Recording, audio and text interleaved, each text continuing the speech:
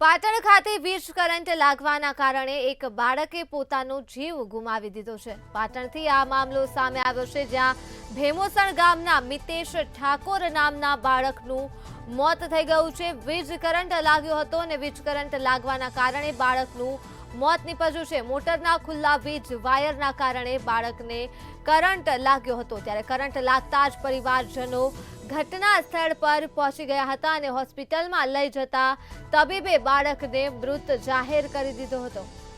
આ ઘટના સામે આવી રહી છે પાટણથી, જ્યાં વીજ કરંટ લાગવાના કારણે બાળકનું મોત નીપજ્યું છે।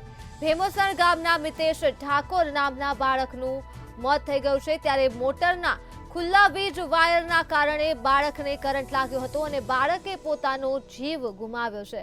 ત્યારે કરંટ લાગતા જ પરિવારજનો ઘટના સ્થળ પર પહોંચી ગયા હતા અને બાળકને હોસ્પિટલ ખાતે લઈ જવામાં આવી રહ્યું હતું, ત્યારે હોસ્પિટલમાં લઈ જતા જ તબીબે બાળકને મૃત જાહેર કરી દીધો હતો। બાળકે પોતાનો જીવ ગુમાવ્યો છે વીજ કરંટ લાગવાના કારણે।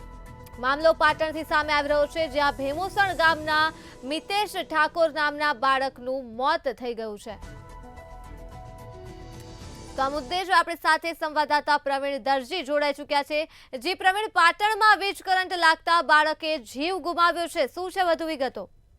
જે દરમિયાન પાટણ તાલુકાનું જે ભેમોસણ ગામ આવેલું છે, ત્યાં એક માસૂમ 1.5 વર્ષનું બાળક છે, તેને વીજ કરંટ લાગતા મોત થયું છે। તેને લઈને આ ઘટનાથી સમગ્ર પાટણ જિલ્લાની અંદર ઘેરા શોકના પ્રત્યાઘાતો પડ્યા છે। કારણ કે જો વાત કરીએ તો ભેમોસણ ખાતે એક મહિલા તેના નાહવા બેઠેલી હતી અને તેનો 1.5 વર્ષનો દીકરો મિતેશ અભયસિંહજી ઠાકોર જે બાજુમાં રમી રહ્યો હતો અને રમતા રમતા બાજુમાં પાણીના હોજમાં ટાંકી મૂકેલી હતી, ત્યાં ટાંકીમાં પાણીની મોટરનો જીવિત વીજ વાયર હતો, તે બાળક પકડી લેતા એકાએક તેને કરંટ લાગ્યો હતો અને શોર્ટ લાગતા બાળક ઢળી પડ્યું હતું અને આ જોઈને માતાએ બૂમાબૂમ કરી હતી અને આજુબાજુથી પાડોશીઓ દોડી આવ્યા હતા અને તાત્કાલિક તેઓ પાટણની એક ખાનગી હોસ્પિટલ ખાતે લઈ ગયા હતા, પરંતુ ત્યાં લઈ જતા જ હાજર ડોક્ટરે બાળકને મૃત જાહેર કર્યો હતો અને જેને લઈને પરિવારમાં આઘાતમાં સરી પડ્યો હતો।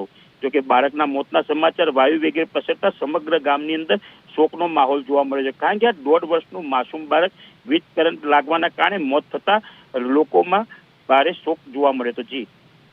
જી પ્રવીણ, તમામ વિગતો બદલ આભાર।